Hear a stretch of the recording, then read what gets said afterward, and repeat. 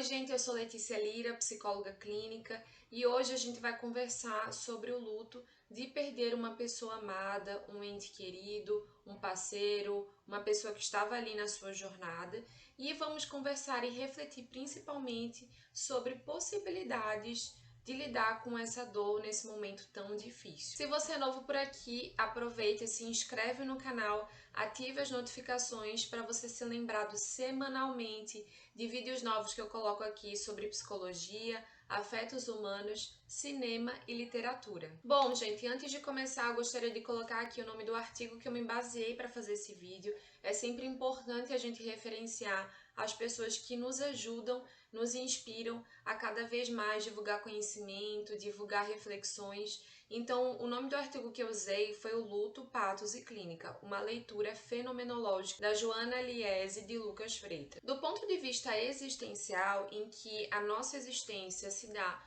justamente nas nossas relações com as outras pessoas, o luto ele não é simplesmente a perda ou a ausência daquela pessoa que estava ali com você, mas sim a perda e a interrupção, muitas vezes brusca, daquele compartilhamento de histórias que você estava vivendo com aquela pessoa, o compartilhamento de uma vida juntos e a perda das possibilidades que você tinha para ser junto com aquela pessoa querida que foi embora. E o fim das possibilidades de quem você poderia ser junto com aquela pessoa no mesmo espaço e no mesmo tempo. Ou seja, esse luto se apresenta como a ausência desse mundo compartilhado com essa pessoa que estava ali com você anteriormente. A vida com essa pessoa que faleceu se torna uma história e o futuro já não se torna mais possível, né? Porque já não se tem aquela companhia para que se existam outras histórias, outras vivências. Então fica ali o passado que já existia e a perda da possibilidade de você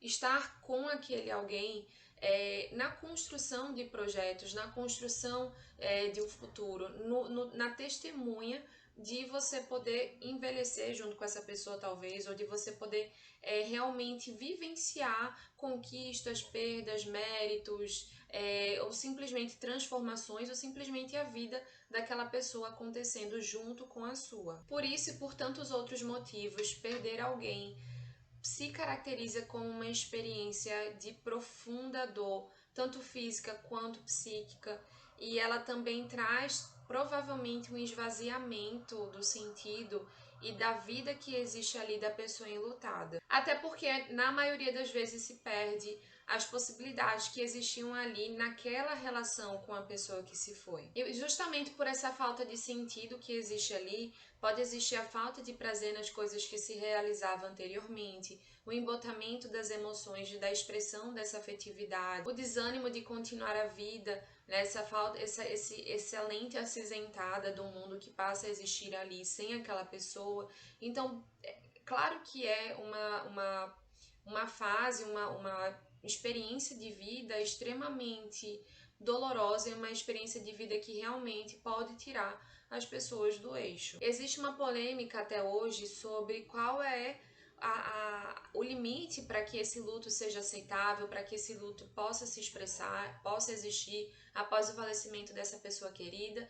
E essa polêmica, para a gente contextualizar um pouquinho, ela existe também no horizonte psiquiátrico, porque quando a gente saiu do DSM-4 para o DSM-5, o DSM é o Manual de Diagnósticos de Transtornos Mentais. Então, quando a gente fez essa transição, nesse manual, no 4, que era ali na época dos anos 90, nesse manual 4, o que existia para a classificação, para o diagnóstico da depressão, era que um dos critérios de exclusão era a vivência das reações do luto. Então, se existia ali um luto, se excluía a possibilidade de um diagnóstico de transtorno depressivo maior.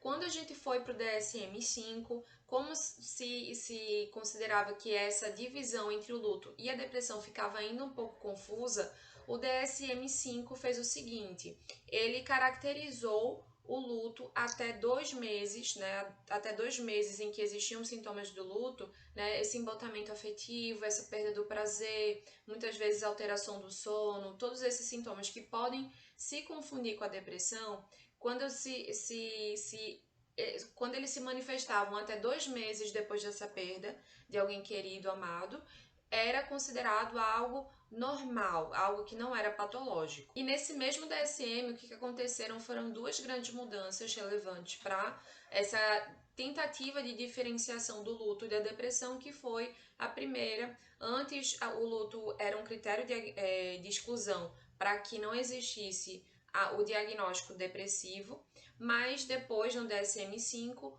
o luto já não passava a ser mais um critério de exclusão para o possível diagnóstico da depressão. E aconteceu uma inclusão de uma categoria chamada transtorno do luto complexo persistente, em que esse luto ele é visto como algo que ainda precisa ser estudado, ainda precisa de mais pesquisas, o que nos mostra que ainda existe uma linha tênue entre aquilo que é considerado como algo funcional ou disfuncional. E o que se concluiu ainda nesse DSM mais atual, que é o 5, o luto, ele, para ser considerado complicado, vamos dizer assim, ele precisa estar presente durante 1 ano para os adultos e durante um período de 6 meses para as crianças. Mas quando eu disse anteriormente que tudo isso era polêmico, essa questão da classificação, dessa diferenciação entre aquilo que é chamado de luto complicado ou um luto funcional a partir dessa visão, desse horizonte médico, é complexo porque cai nas mãos das pessoas que estão compreendendo esse manual de como elas vão lidar com possíveis diagnósticos ou possíveis medicalizações ou possíveis patologizações. Então, existe o risco de como vai ser manejado esse manual, de como vai ser manejado essas classificações, e a gente corre o risco até de cair realmente na patologização, na medicalização e no enrijecimento do nosso olhar em relação às vidas que estão ali à nossa frente. O importante aqui é que o luto é um processo de vida e que faz parte da nossa condição existencial, ou seja, todos nós vamos viver o luto, mesmo que não seja necessariamente concretamente como a perda, um falecimento de alguém próximo, mas a gente vai vivendo o luto ao longo da nossa vida, a partir dos processos, dos ciclos que vão se encerrando. E eu posso falar mais um pouco sobre essa maneira de que a gente vai experienciando na vida, mas hoje eu quero focar um pouco mais em relação a realmente o luto de você perder alguém por uma morte mesmo, né? Por essa pessoa realmente falecer. Então, faz parte da vida, em algum momento todo mundo vai viver isso e faz parte da nossa condição existencial. Dessa forma, eu fico pensando que a gente precisa refletir como a maneira que a gente enxerga o luto é vista hoje em dia. Porque a gente se depara bastante com estágios do luto, a gente se depara bastante com o enrijecimento, muitas vezes, da forma como o tratamento é feito diante do luto, mas a gente também precisa lembrar que, partindo da premissa de que o luto faz parte das nossas vidas e da nossa existência, de todos nós, a gente precisa pensar que ele também é muito singular para cada uma. A dor de perder alguém é muito singular e a forma como a gente expressa e vivencia isso é também muito particular, de acordo com a história de vida daquela pessoa, de acordo com as vivências que ela teve, com a relação que foi estabelecida com essa pessoa que se foi. Então é algo muito íntimo para existir tanta universalização e padronização. É algo a se refletir. O desafio a ser enfrentado no luto é um desafio muito doloroso, é um desafio muito... não sei qual palavra usar, além de desafiador. É viver em um mundo com a ausência irremediável de alguém que a gente ama. É viver num mundo que está desorganizado diante daquilo que costumava ser antes, diante daquela vida compartilhada e conjunta que se existia antes. Apesar dessa pessoa querida não estar mais ali, ele se faz ou ela se faz presente a partir de fotos, a partir de cheiros, de objetos, de lembranças. Essa pessoa se faz presente ali ainda. E isso pode ser uma oportunidade de ressignificar essa história que aparentemente parece não ser imutável por essa pessoa não estar mais ali, mas que de alguma forma, a partir dessas lembranças, desses nuances que a gente tem de se encontrar com essa pessoa, é uma maneira da gente também poder ressignificar esse contato, essa visão que a gente tem também dessa pessoa que se foi. Então fica muito claro quando a gente fala do luto a partir de uma perspectiva de relação em coexistência com o outro, que o luto não é algo privatizado, não é algo individualizado. Ele é algo que funciona justamente ali em um mundo que foi compartilhado. Então, a partir do que a gente conversou aqui, né, dessa perspectiva em que o luto se dá no compartilhamento de mundos, é difícil a gente imaginar que o luto seja apenas algo individualizado e privatizado que precise ser trabalhado apenas na própria subjetividade da pessoa. Por isso, a padronização de tratamentos, né, de técnicas já premeditadas, pode ser questionada, né, algo que nos ajuda, que é importante, mas a gente também pode colocar em xeque em alguns momentos, né, suspender isso e primeiro se predispor a estar com aquela pessoa enlutada, né, entender como é que ela se relacionava, entender como era essa vivência, essa rotina, esse cotidiano junto com essa outra pessoa, que planos essas pessoas tinham juntas, que foi perdido ali, sabe? Quais papéis talvez se perderam ali, quais papéis precisam se assumir depois que essa pessoa se foi. Então, o importante é a gente reavaliar as prioridades que a gente estabelece, principalmente num tratamento e nessa lida com a perda de alguém que dava sentido de alguma forma à existência dessa pessoa enlutada. A expectativa que a gente vive hoje, além dessa questão da patologização e da medicalização das vidas, é que o luto seja algo mais comedido, mais discreto, mais calmo, tranquilo, e é isso que se espera que as pessoas façam quando elas perdem alguém, que elas passem por esse momento de uma forma mais tranquila e que elas possam voltar à funcionalidade de uma vida normal, sem patologias, de uma forma mais rápida. E o que foge dessa tranquilidade, dessa discrição na hora de viver o luto, é considerado quase como se fosse realmente uma patologia, algo que foge do funcional, algo não saudável. Então, pensando nesse horizonte da perspectiva existencial, né, de que o luto ele se faz presente ali na nossa história e não vai ter como a gente arrancar esse luto da nossa existência, da nossa história, biografia, a gente pode pensar que o trabalho com a pessoa enlutada é justamente lidar com esse luto sabendo que ele já faz parte da sua própria história. Então, quais são os significados que a gente vai dar para aquela pessoa que estava ali com a gente, né? E como é que a gente pode ressignificar aquilo que já foi, aquilo que não tem mais como a gente mudar, mas a partir dessa presença que se faz dessa pessoa nas fotos, nas músicas, nas lembranças, no cheiro, nessas experiências sensoriais principalmente, como é que eu posso dar um outro sentido a essa vivência que eu tive com essa pessoa, sabe? A tudo que essa pessoa me trouxe na vida, como é que eu posso dar outros significados para essa relação? Essa pessoa se foi e muitas vezes é percebido como se fosse um objeto perdido, né? Já que essa pessoa já não vai poder mais trazer outras vivências, outras possibilidades, mas ao mesmo tempo ela também pode nos trazer outros caminhos da nossa vida. Eu lembro muito de exemplos como pais que perderam filhos para o câncer e que criam grupos de apoio para outros pais que estão passando por uma experiência parecida, de pais justamente que criam ONGs para ajudar, para auxiliar num processo que eles mesmos passaram, sabe? Então, nesse sentido, essas pessoas conseguem encontrar uma nova trajetória para elas em suas vidas, mesmo diante de uma dor muito grande, de uma dor que tira a gente do eixo realmente. Mas foi feita uma ressignificação dessa relação que existiu com essas pessoas que tiveram uma experiência de dor. Principalmente que esse enlutado, no seu processo de elaboração, possa encontrar novas possibilidades para ele mesmo no mundo com essa ausência que a gente vai ter que viver, né? No mundo em que já não existe essa outra pessoa na forma concreta, né? De estar ali podendo vivenciar juntamente com essa pessoa da forma que era antes. Esse sentido só vai poder ser encontrado a partir da própria experiência do enlutado, das vivências que ele vai estar tendo depois do falecimento da pessoa querida, né?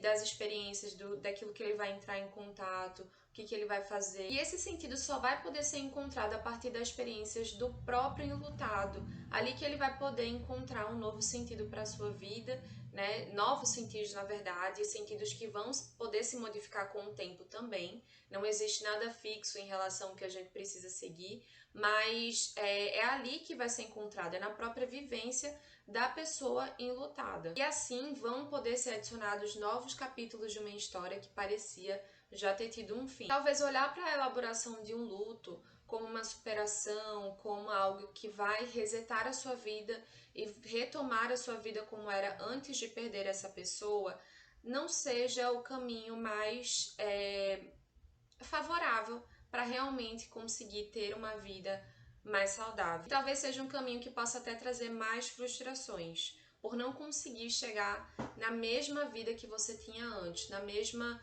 rotina, na mesma forma que você se sentia antes. O caminho seria mais uma incorporação desse luto como parte de nossas vidas e como parte da nossa biografia, e encontrar novos sentidos e possibilidades de ser no mundo de ausência, mas ao mesmo tempo com a presença de outra forma que não a anterior. As lembranças e as saudades vão existir, vai ter momentos que você vai começar a se reconectar com aquilo que você tinha prazer de fazer antes, vai conseguir se reconectar com as pessoas, mas a saudade vai poder voltar em algum momento, a tristeza também. E isso faz parte de um processo do luto que não é algo contínuo, nem um pouco, assim como a vida. O luto é algo complexo. Muitos sentidos na sua vida provavelmente se modificarão e também você vai provavelmente reavaliar seus valores, o significado que você dá para a morte e para a sua vida. Suas relações também podem ser reavaliadas e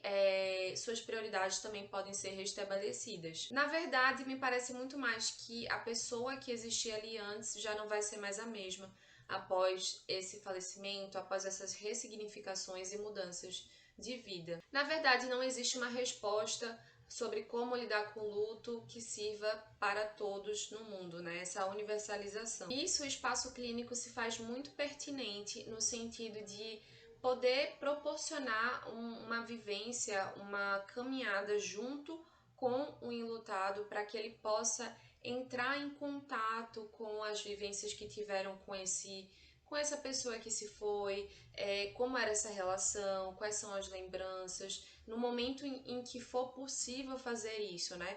E aos pouquinhos encontrando outras possibilidades e abrindo o horizonte.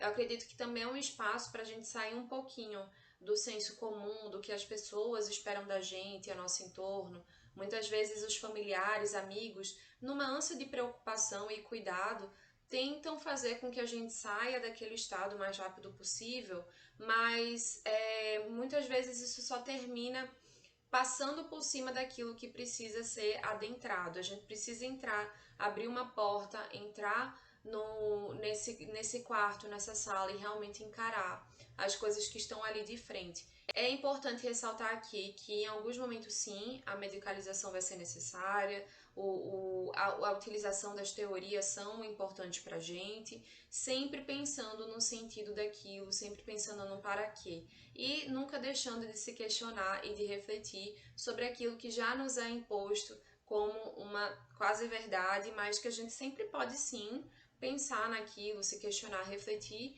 para quê? Qual é o sentido, qual a motivação, enfim, isso nos tira um pouco da caixinha e até nos coloca de frente com a nossa liberdade. Enfim, eu deixo uma indicação de livro para vocês que se chama Notas sobre o Luto, em que a escritora ela fala sobre a experiência pessoal dela mesma de ter perdido o pai, os pensamentos que ela teve, os sintomas físicos, né, dessa dor, os medos, inseguranças, angústias, as relações que ela tinha e toda a reavaliação que ela faz da própria vida. É um livro bem curtinho, vale a pena ler para quem tiver disponibilidade ou quiser realmente entrar em contato com esse livro, porque ele traz realmente uma experiência dolorosa do luto.